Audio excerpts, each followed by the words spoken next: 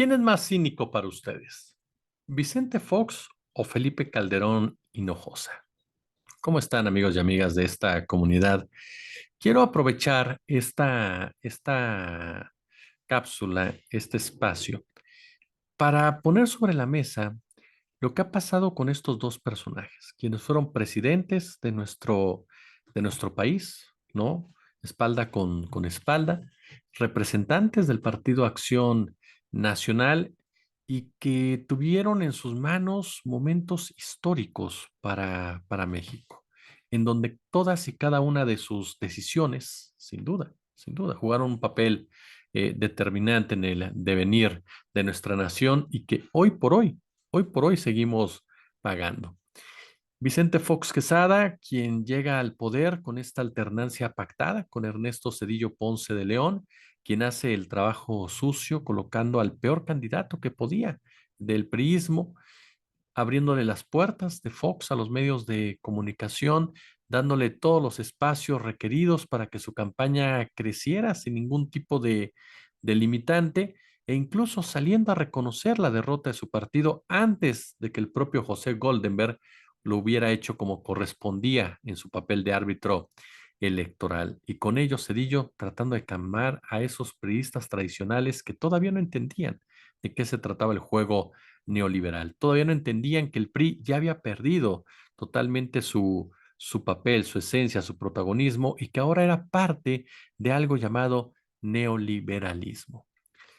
Fox fue un presidente banal, un presidente que sí, no enfrentó la violencia, ¿no?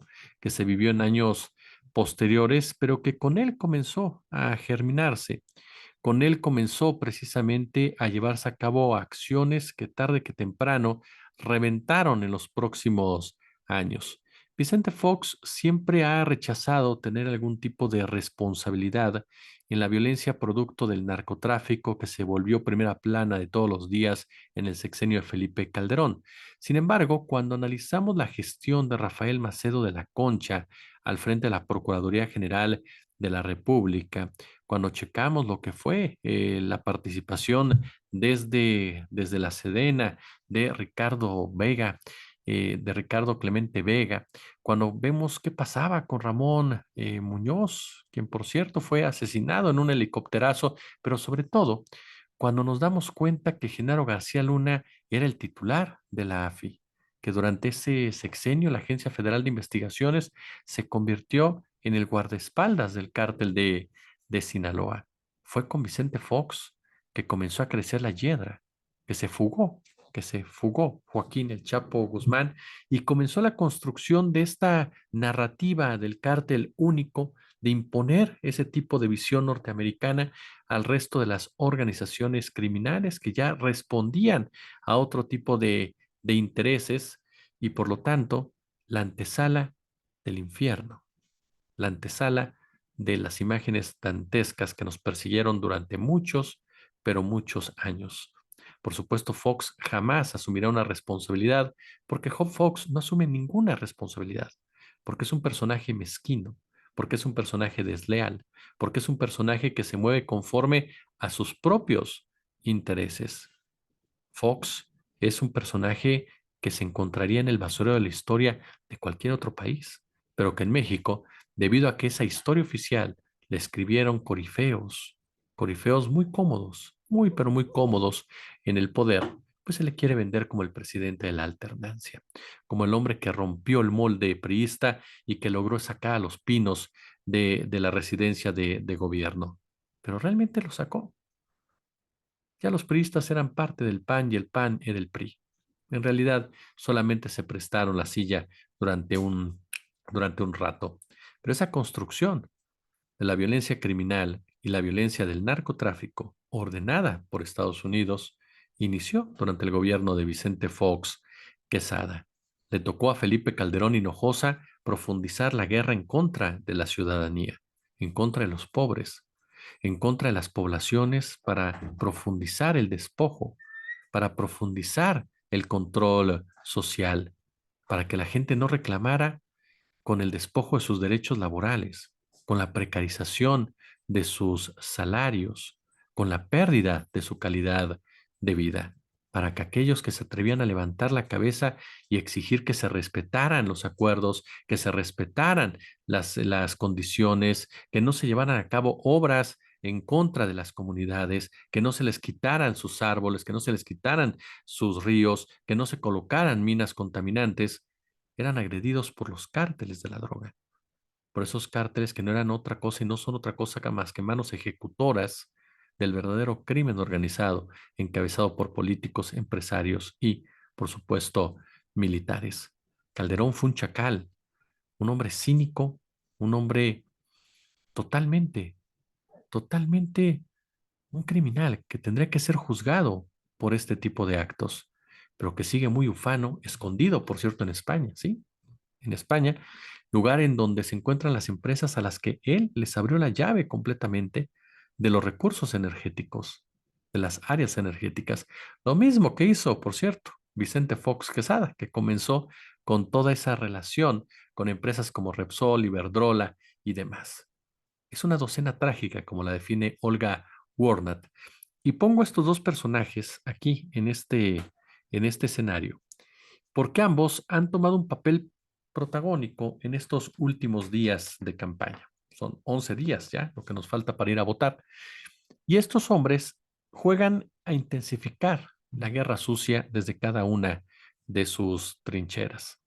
Vicente Fox con un discurso de odio que ya comienza a tener sus primeras respuestas con pintas en donde atacan a Claudia Sheinbaum por ser supuestamente judía, en donde atacan a Claudia Sheinbaum por su condición de mujer, en donde atacan a Claudia Sheinbaum por su condición de izquierda, en donde atacan directamente a los seguidores de Morena por ser morenos, en donde atacan precisamente a aquel que piensa distinto. Es decir, Fox ha promovido de una manera total el discurso de odio.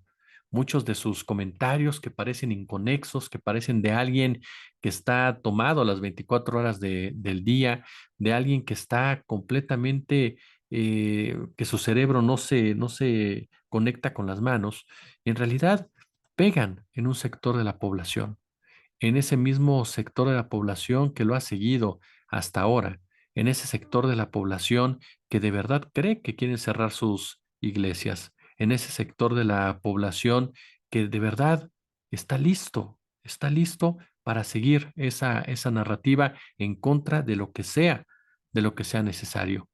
¿Por qué? ¿Por qué? ¿Por qué alguien como tú, seguidor de Morena, me va a decir a mí qué es lo que está bien y qué es lo que está mal?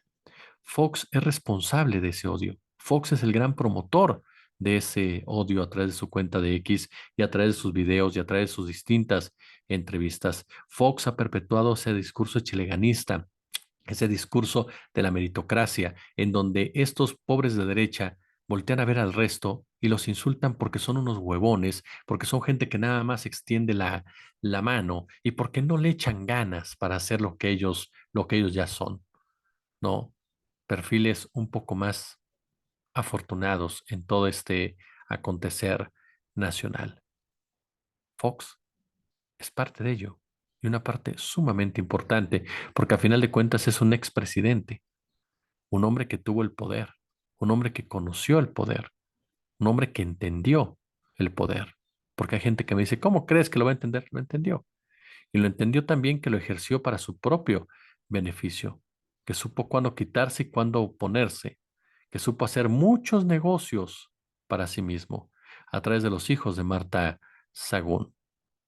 Entendió perfectamente de qué se trataba su papel como administrador de este México S.A.D.C.B. Felipe Calderón, con el cinismo de postear, la decisión sobre la seguridad del país se tomará el 2 de junio y solo hay dos opciones: o seguir con la estrategia de abrazos para los delincuentes y balazos para los ciudadanos que este gobierno ha implementado, o la de Xóchitl Gálvez, que propone enfrentar a la delincuencia, hacer cumplir la ley, hacer justicia y poner al gobierno del lado de las víctimas, no de los capos. Felipe Calderón, tú criminalizaste a los jóvenes de Salvarcar. Felipe Calderón, tu ejército asesinó a estudiantes del Tecnológico de Monterrey. Felipe Calderón, tu ejército asesinó a pobladores. de distintos puntos de nuestro país. El que puso al ejército y el que puso las balas en contra de los ciudadanos fuiste tú. Dice, es falso que el origen de la violencia haya sido combatir a los delincuentes, lavándose la cara. La inseguridad viene cuando el gobierno no combate al crimen y abandona a las familias, dejándolas en manos de los criminales, como lo han dicho hasta ahora. La violencia surge cuando nadie enfrenta a los capos y estos se disputan el territorio para ver quién se queda con la plaza para extorsionar a la gente. Este es el sexenio más sangriento de la historia y la causa es muy clara. Hay muchos testigos que aseguran que narcos dieron dinero a las campañas del partido Morena y a la de quien hoy es presidente desde 2006. Por eso no combaten el crimen, porque amor con amor se paga. ¿Qué tal, eh? Dicen, la gente sufre muertes, desapariciones, extorsiones y el gobierno feliz, feliz. Perdón, pero qué poca madre tiene Felipe Calderón Hinojosa. De verdad, qué poca madre tiene este hombre al escribir esto que les estoy compartiendo. Él no enfrentó a los criminales, él los apoyó. A ver, cínico, tu secretario de Seguridad Pública, que era tu principal artífice en esta mal llamada guerra contra el narco, está en la cárcel por narco, en pocas palabras. Eduardo Medina Mora, quien era tu procurador general de la República, mejor se hizo a un lado de la Suprema Corte de Justicia cuando le descubrieron lavado de dinero y cuando se sabía cómo operaban a favor precisamente de las organizaciones criminales.